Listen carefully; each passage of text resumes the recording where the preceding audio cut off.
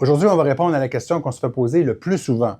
C'est est-ce qu'il y a des moments optimaux pour acheter ou vendre de l'immobilier, que ce soit au Québec, à Montréal ou aux États-Unis? On va répondre pas par une opinion, on va vous prouver avec des chiffres la réponse. Mais avant d'embarquer dans le vif du sujet, abonnez-vous à notre chaîne si l'immobilier résidentiel du Grand Montréal vous intéresse. On va couvrir tous les sujets qui sont pertinents.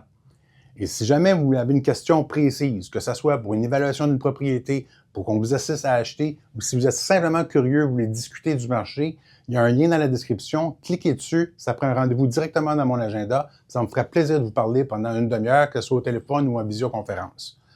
Alors aujourd'hui, les moments pour acheter ou vendre. Ça, c'est une question, souvent quand on va évaluer une propriété, les vendeurs vont me poser d'emblée, est-ce que c'est un bon moment pour vendre en ce moment? Il n'y a pas de réponse unique, là, vous en douterez, parce qu'il n'y a pas une année qui est pareille. La pandémie a défait complètement les normes saisonnières pendant un bout de temps. Fait que là, que ce soit à Noël ou qu'on soit en milieu de l'été, ça changeait absolument rien. C'était toujours un moment pour vendre, puis c'était un moment difficile pour acheter. Puis avec les années comme ça change beaucoup. Mais il y a évidemment dans l'immobilier, c'est un exercice qui est très humain, l'immobilier. Il y a évidemment des cycles. Et évidemment, on sait qu'au printemps, c'est pas un secret pour personne, mais il y a plus de transactions qui se font. Il y a des familles qui aiment ça déménager pendant l'été pour amener les enfants dans de nouveaux quartiers pour pouvoir les inscrire à l'école arrivé au mois de septembre. Ça crée plus de transactions, plus tout ça, mais ça ne veut pas nécessairement dire que c'est mieux d'acheter ou vendre. Par exemple, si vous avez une année qui est très mauvaise, ben on peut présumer qu'il va y avoir plus de vendeurs au printemps, donc moins d'acheteurs parce qu'on est dans un mauvais marché, un marché qui est lourd, et là, le printemps va peut-être être défavorable à un vendeur. Donc, peut-être qu'il aurait été mieux dans une autre saison. Mais ça, c'est du cas par cas. Puis ça, votre courtier immobilier, normalement, devrait avoir un pouls sur le marché bien éduqué parce que ça devrait faire partie de ses recherches quotidiennes. Mais évidemment, à travers les années, on est capable de dégager des tendances. Puis, on avait toujours, les courtiers, une idée là, qu'intuitivement, c'était plus facile pour les vendeurs au printemps, puis un peu plus difficile l'hiver. Puis, il y a des courtiers qui vont vous dire que c'est toujours bon, là, parce qu'évidemment, des fois, peut-être qu'ils ont besoin d'inventaire, des choses comme ça, mais puis oui, des fois, ils ont raison. Là, des fois, les mois de janvier, c'est très bon pour les vendeurs. Mais on s'est posé la question, est-ce que statistiquement, il y a des périodes, de façon générale, qui sont vraiment meilleures pour un acheteur ou pour un vendeur? On répond vraiment aux deux questions. Là. Si vous êtes acheteur, est-ce qu'il y a des moments? Puis si vous êtes vendeur, est-ce qu'il y a des moments où est-ce que vous devriez favoriser votre implication dans le marché? Alors là, la première, oups, pardon, je vais reculer, j'allais trop vite. La première étude, on sépare en deux. On a fait Montréal en deuxième, parce que c'est ce qui nous intéresse. Mais aux États-Unis, il y a beaucoup plus de data qui sont publiées que ce qu'on peut obtenir nous autres à Montréal. Et il y a le National Association of Realtors qui a déjà publié quelques études et 2 3 autres organismes aux États-Unis. Des fois, c'est des études qui sont panaméricaines, d'autres sont plus sectorielles, puis tout ça. Fait qu'on les a tous lus, on les a regardés, on a réussi à résumer ça de façon assez sommaire. D'ailleurs, si jamais l'article complet vous intéresse, on va avoir juste nous envoyer un petit message en bas, puis on va vous l'envoyer. Là, on a quand même produit un document plus complet. Alors, ça, c'est les États-Unis que je vous présente, là, donc d'où le rapport américain qui est là. C'est le volume moyen par mois aux États-Unis. Fait qu'on on voit clairement ce que je disais tantôt d'entrée de jeu, que le printemps, c'est une grosse période, là, donc on a beaucoup plus de volume. Puis on voit que juin, c'est le pic saisonnier là, des transactions. C'est là aux États-Unis qu'il y a le plus de transactions.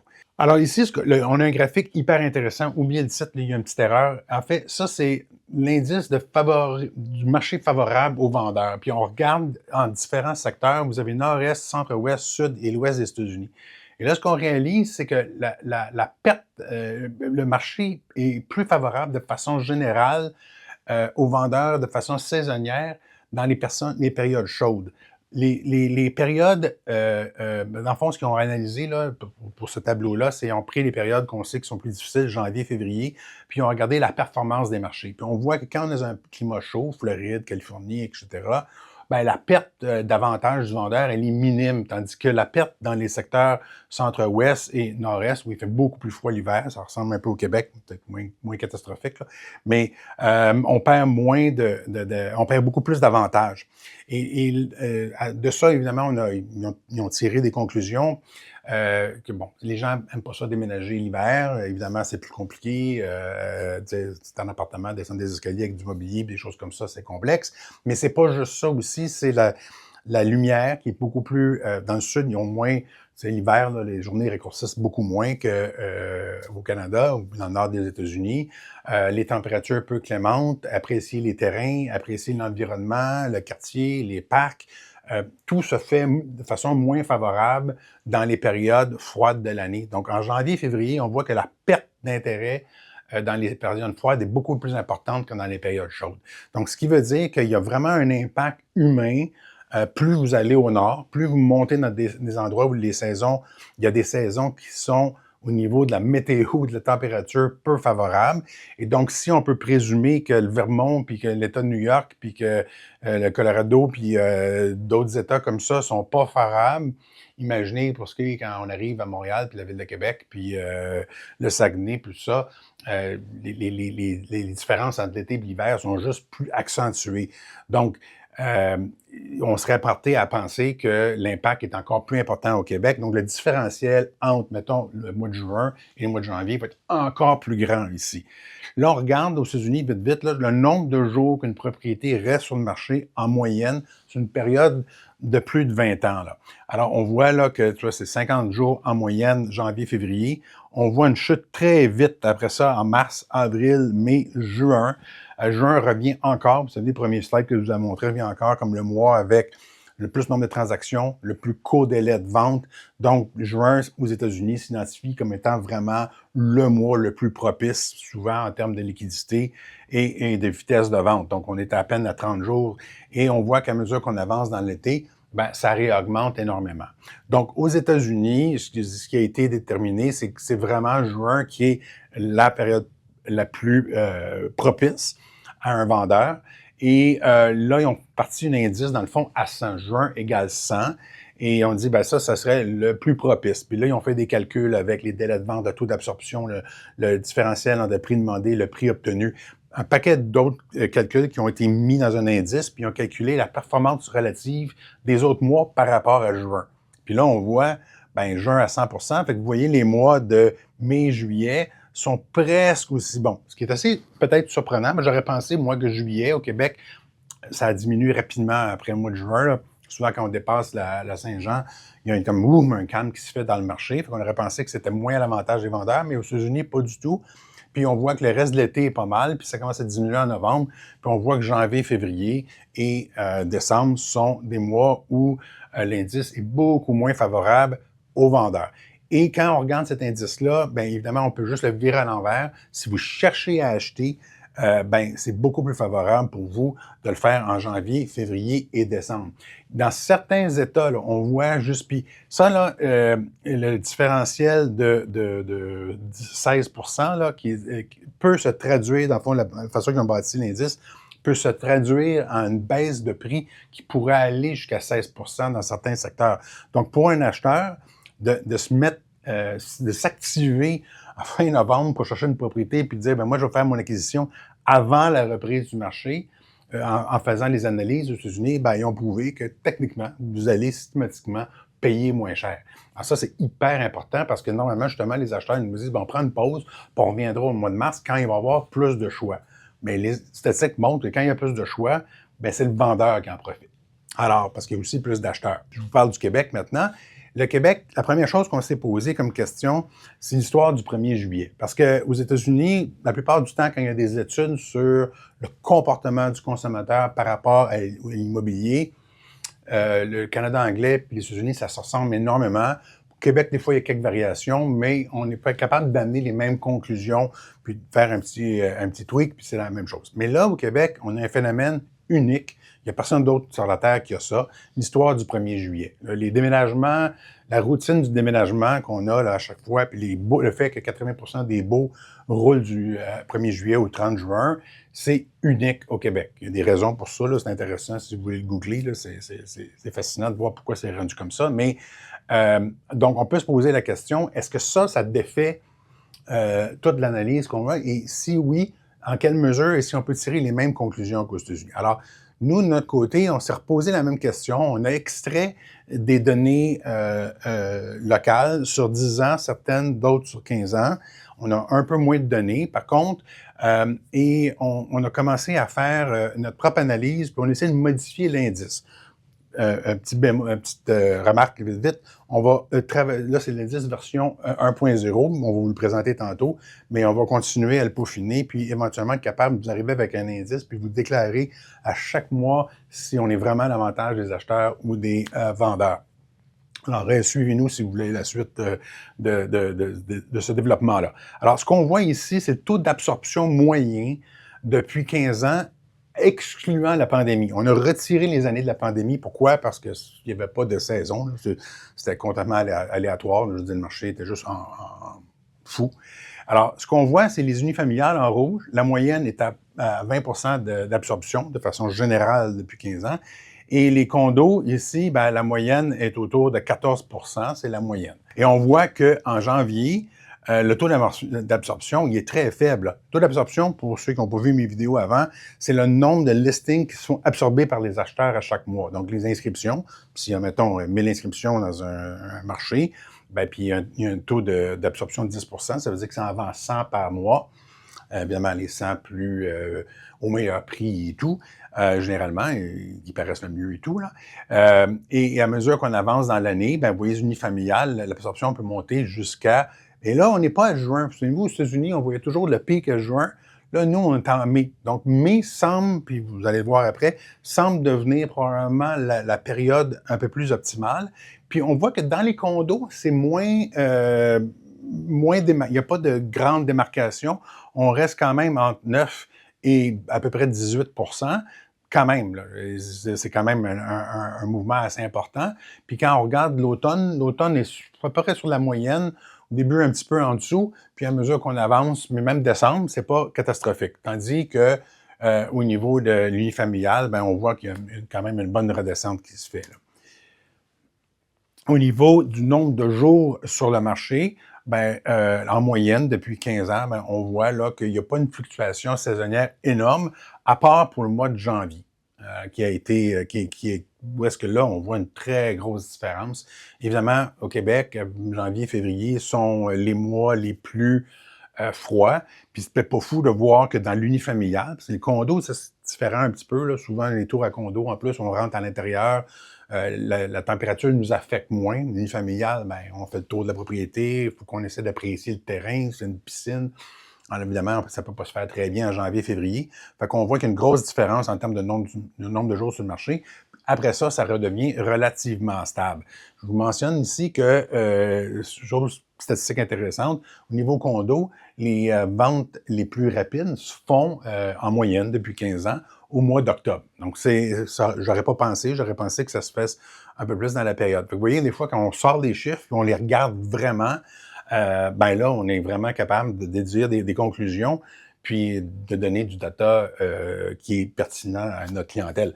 Alors là, ce qu'on a fait, donc je l'appelle version 0.5, tantôt je dis 1.0, mais en tout cas, c'est parce que c'est pour le début, là, on va le retravailler, on va essayer de rajouter d'autres indicateurs pour le peaufiner encore, mais les conclusions vont être les mêmes. Là, j'ai déjà commencé à jouer avec un peu, mais je n'irai pas dans le détail, là, mais c'était pour vous montrer qu'on avait vraiment développé un indice avantage vendeur.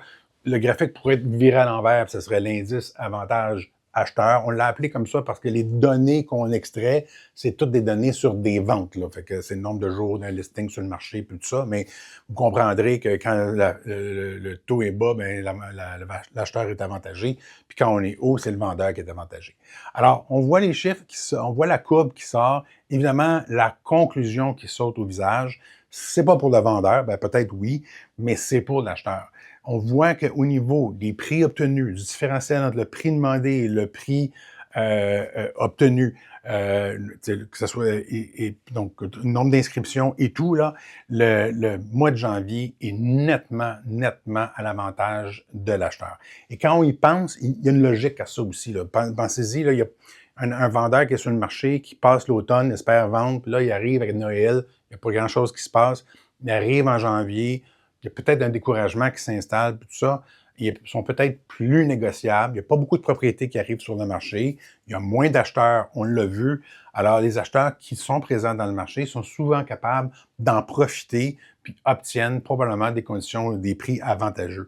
Donc, une des grandes conclusions du vidéo que je vous fais en ce moment, si vous pensez acheter l'immobilier dans 1 an ou 2, peu importe, le mois de janvier, oubliez-le pas, là. Restez actif parce qu'il y a certainement des opportunités à saisir. Donc, si on oublie janvier, qui est une grosse différence au Québec, puis là, encore une fois, on avait vu tantôt les tableaux avec les États-Unis nord-sud, puis plus on montait, plus la différentielle était importante pour les mois froids. Bien, clairement, au Québec, c'est majeur.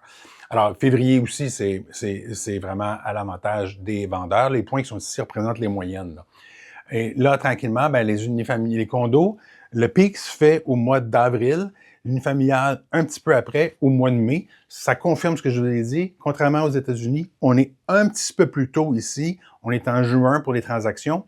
Et ça explique peut-être aussi l'histoire du premier. C'est expliqué probablement par l'histoire du 1er juillet. Les gens qui sont à loyer, qui ont pas renouvelé leur bail, ont décidé de passer vers un condo ou une unifamiliale, doivent acheter assez rapidement parce qu'ils disent à leur propriétaire, ben je renouvelle pas, puis je suis dans le marché m'acheter un condo. Ben là, à un moment donné, il faut que tu déménages avant le 1er juillet parce qu'il y a quelqu'un d'autre qui va louer ton appartement. Ben ils doivent closer des deals parce que ça, c'est la promesse d'achat acceptée. Après ça, il y a un délai pour l'occupation. Alors, ce qui explique que probablement que les condos au Québec se font beaucoup plus tôt à cause de cette espèce de fête nationale du déménagement. Et les unifamiliales, peut-être un peu plus tard parce qu'il y a moins de mouvements probablement du locatif vers l'unifamilial. Si on regarde le mouvement typique là, de l'acquéreur moyen au Québec, c'est locatif, condo, unifamilial, en ordre. Quelqu'un va commencer jeune à loyer, ensuite, à un moment donné, il va acheter un condo, fonder une famille, il n'y a plus d'espace, on s'en va vers l'unifamilial. Alors, ce qui explique peut-être que le graphique est un petit peu décalé. En tout cas, ça amène il y a une certaine logique derrière ça. Et on voit un ralentissement après. Je suis quand même surpris de voir que septembre, si on regarde dans la deuxième partie de l'année, et dans l'unifamilial, le mois le moins intéressant. On disait tout le temps aux gens, après le long congé de la fête du travail, le marché, il se réveille. C'est vrai, mais quand j'ai regardé les années par année, c'était quelques semaines après, finalement, que ça se réveillait. Puis là, on était souvent rendu en octobre ou quasiment en octobre. Puis le vrai meilleur mois de l'automne pour un vendeur, c'est octobre. Donc là, au moment qu'on fait la vidéo, on est à l'aube du mois d'octobre. Et là, ensuite, novembre. Et ça aussi, c'est une surprise, je vous avoue, là, que je ne m'attendais pas à ce que novembre soit aussi fort. Mais quand vous regardez les chiffres, c'est indéniable. Novembre est un bon mois pour vendre une propriété. Et puis, je les ai regardés même pour voir si ça se répétait ou si on avait eu juste une année qui avait créé cet indice-là. Et puis non, effectivement, c'est une tendance qui perdure dans le temps. Conclusion, meilleur mois pour les vendeurs, mai-juin, puis octobre et novembre. C'est marginal, novembre, c'est pas aussi fort que mai-juin, mais clairement, on aurait pensé que tout le printemps est meilleur que l'automne. Intuitivement, moi, je savais que l'automne était quand même bon, mais de voir que mai et juin sont les 2 meilleurs mois, suivis d'octobre et novembre, et après, on a les autres mois, là, donc avril, mars et avril. Et les meilleurs mois pour les acheteurs, ben là, vous n'avez pas de surprise, mais en ordre, janvier, février, décembre. Alors, tu sais, je vous dirais encore une fois, le janvier est sorti comme une grosse différence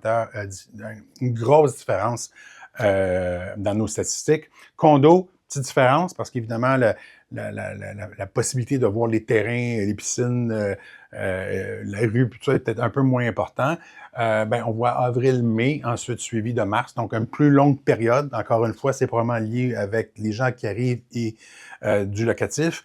Et les meilleurs mois pour les acheteurs, encore une fois, janvier, évidemment, février et le mois d'août. Le mois d'août, je suis un peu surpris, là, il s'est placé comme un des bons mois pour les acheteurs. Par contre, et là, il faut comprendre qu'il y a des avantages à ça. Ce n'est pas une recette miracle. Puis je vais parler de la conjoncture économique après. Mais si vous dites, ben moi, parfait, je vais acheter ma propriété en janvier, il faut réaliser qu'il y a moins de choix. C'est souvent des propriétés qui ont traîné longtemps sur le marché. Oui, vous obtenez un meilleur prix, mais il faut quand même, c'est pas comme au printemps. Printemps désavantageux pour un acheteur, là, au mois de juin, évidemment. Puis c'est là qu'il y a le plus de choix. Mais évidemment, il y a le plus d'acheteurs aussi, comme vous êtes en compétition constante. Et c'est plus difficile d'apprécier une propriété, là, parce qu'évidemment, il n'y a pas de lumière. Il fait noir à 4 heures d'après-midi, puis on peut visiter à midi, mais c'est pas la même lumière du tout que l'été. Là. On peut regarder une nuit familiale, vous n'avez aucune idée où sont les ombres, puis tout ça. Vous pouvez les imaginer, mais on est dans l'imaginaire plutôt que de voir vraiment le produit comme tel quel. Puis les vendeurs, ben, il faut aussi comprendre qu'à la période optimale du printemps, oui, c'est optimal pour les vendeurs dans l'ensemble, mais votre compétition est féroce. Là. Il y a beaucoup de vendeurs sur le marché. Puis c'est important d'avoir une mise en marché qui est vraiment meilleure que les autres. Il faut se démarquer. On n'a pas le choix. Donc, voilà. Donc, c'est la conclusion. Évidemment, là, il y a des limites à cette analyse-là. Là. Je vous donne des tendances générales. Moi, je suis un acheteur demain matin dans le marché. Je me réserverai au mois de janvier pour dire oui, je vais appeler mon courtier et je vais dire garde-moi au courant de tout ce qui sort. Je vais aller les voir, puis on va peut-être aller voir des propriétés qui ont traîné longtemps puis qui baissent de prix. Surtout les baisses de prix, là, j'irai toutes les voir au mois de janvier, absolument, parce que je sais que de façon générale, ça m'avantage. Par contre, la conjoncture est hyper importante. L'an dernier, je donne un exemple, les taux d'intérêt ont commencé à baisser, 2024, là, ont commencé à baisser 50 points de base à 2-3 reprises, deux fois 25, 2 fois 50, pendant l'automne, même au mois de décembre. Puis ça a enflammé le marché. Le marché allait super bien. Fait que le mois de décembre a été très bon, même pour les vendeurs l'an dernier. Alors, il y a des exceptions à ça. Il faut évidemment valider si on est dans une année typique ou s'il y a un phénomène qui vient créer une exception. Puis là, en 2025, aujourd'hui, ben alors, c'est l'inverse. Pas l'inverse, c'est la même chose qui se recrée. On a des baisses de taux d'intérêt encore, peut-être qui ne seront pas aussi fortes, évidemment, mais qui risquent aussi de propulser le marché un petit peu. Fait que peut-être que le marché va être fort un peu plus longtemps. Vous avez aussi des facteurs spécifiques à certains secteurs. Là. Il y a des secteurs qui sont en développement, il y a le REM qui se bâtit, il y a toutes sortes de choses qui peuvent arriver à un endroit spécifique qui fait que oui, le marché il est bon pour l'acheteur, mais dans ce secteur-là, il y a un événement X qui se passe qui change complètement la tendance. Et aussi, gardez en tête que cette analyse-là a été faite sur les données passées, et puis on a surtout toujours des marchés qui sont haussiers. Donc, c'est un comportement typique pour un marché qui est à la hausse. Si jamais on était pour avoir un bear market immobilier de plusieurs années, peut-être que ces patterns-là pourraient changer, peut-être. Alors, c'est juste pour vous donner ça. Donc, évidemment, est-ce qu'on devrait absolument suivre ça pour notre stratégie de vente ou d'achat immobilier? Non, parce que, comme je vous dis tantôt, chaque année peut être différente. Il y a des conjonctures qui sont différentes. En ce moment, regardez ce qui se passe avec les États-Unis. On a eu un très bon automne parce que les taux d'intérêt baissaient. Et puis après ça, Trump est arrivé, puis il a parlé du 51e État, puis les tarifs. Puis là, le marché, une partie du marché, surtout sur l'île de Montréal, surtout le luxe, a complètement arrêté. Et la saison printanière, qui est supposée être excellente, le mois de juin, a été très moyen. Là, à l'inverse, on est rendu en septembre-octobre et le marché va très bien. Puis en plus de ça, c'est des bonnes saisons, donc ça, c'est parfait. Puis là, en plus, on est porté par des baisses de taux d'intérêt. Alors, l'idée, c'est de mélanger ça avec une analyse précise de la conjoncture et de ce qui se passe dans le secteur qu'on convoite, si vous êtes acheteur, qui va déterminer votre stratégie d'achat. Puis c'est très important d'avoir une stratégie d'achat parce que de comprendre ça parce que ça va vous donner aussi une idée de comment négocier. Si vous êtes dans un secteur du marché qui est hot, par exemple en juin, vous êtes en ce moment acheteur, vous êtes dans un secteur qui est hot, dans une conjoncture, mettons, qui est bonne où les taux d'intérêt baissent, bien évidemment, on est en mode d'offre multiple probablement, donc il faut être très agressif, viser rapidement les propriétés, mettre des offres rapidement. Alors, il y a toute une stratégie à s'adapter. À l'inverse, vous êtes au mois de janvier, vous pouvez commencer à faire des offres qui sont plus basses, essayer de deviner un peu le degré de négociabilité du vendeur. Donc, il y a tout ça, là, si vous comprenez ça, si votre courtier comprend bien ça, peut vraiment guider votre approche au marché pour être capable d'obtenir ce que vous recherchez au meilleur prix, aux meilleures conditions possibles. Encore une fois, C'est de l'information qu'on vous donne. On espère que ça vous aide beaucoup. Et si jamais vous voulez avoir plus de détails, ou si vous voulez discuter d'un secteur en particulier, par exemple, parce que là, je vous parle de l'île de Montréal surtout, mais la rive sud, la rive nord est un petit peu différent dans leur comportement récent de cette année. Mais si vous voulez en discuter puis apprendre ou peut-être obtenir des conseils sur quelle stratégie adopter si vous cherchez une propriété ou vous voulez la vendre, ben, n'hésitez pas à cliquer sur le lien dans la description, prendre rendez-vous avec moi. Mon horaire apparaît automatiquement. Moi, je reçois l'invitation, c'est bloqué dans mon horaire, puis ça me fera plaisir de vous parler à votre convenance. Alors, à la prochaine.